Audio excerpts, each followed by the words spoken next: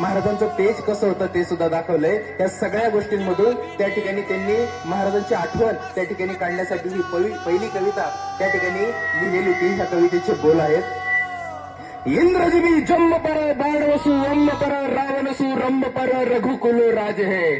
इंद्रजिबी जम्म पर बाणवसु वम्म पर रावणसु रंभ पर रघुकुल राज है. पौनी बड़ी बाह पर संबरती नाह पर जो सहस्त्र बाह पर राम द्विज राज है. राम द्विज राज है. राम द्विज राज है. दामाद मृदुंड पर चीता मृगझुंड पर भूषण वितुंड पर जैसे मृगराज है. जैसे मृगराज है. जैसे मृगराज है. म्हणजे मृगासारखं हरणासारखं महाराजांचं तेज हे चपळ होतं. आणि शेवटच्या ओळी त्या ठिकाणी तेज तम अंश पर कानाजी मी कंस पर. तेज तम अंश पर कानाजी मी कंस पर यो मलेच्छ वंश पर से शिवराज है. से शिवराज है.